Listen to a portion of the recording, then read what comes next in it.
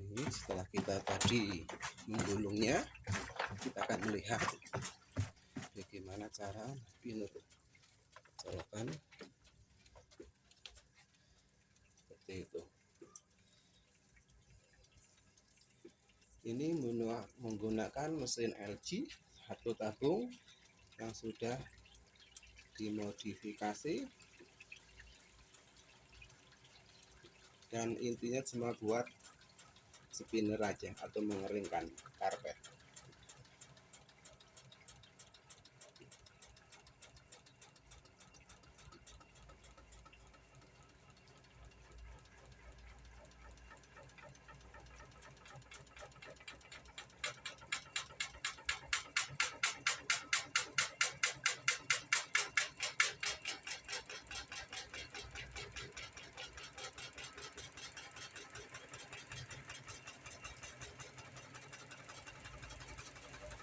Kita tunggu kurang lebih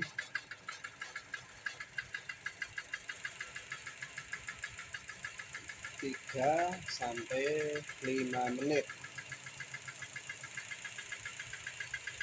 Nanti lihat hasilnya seperti apa.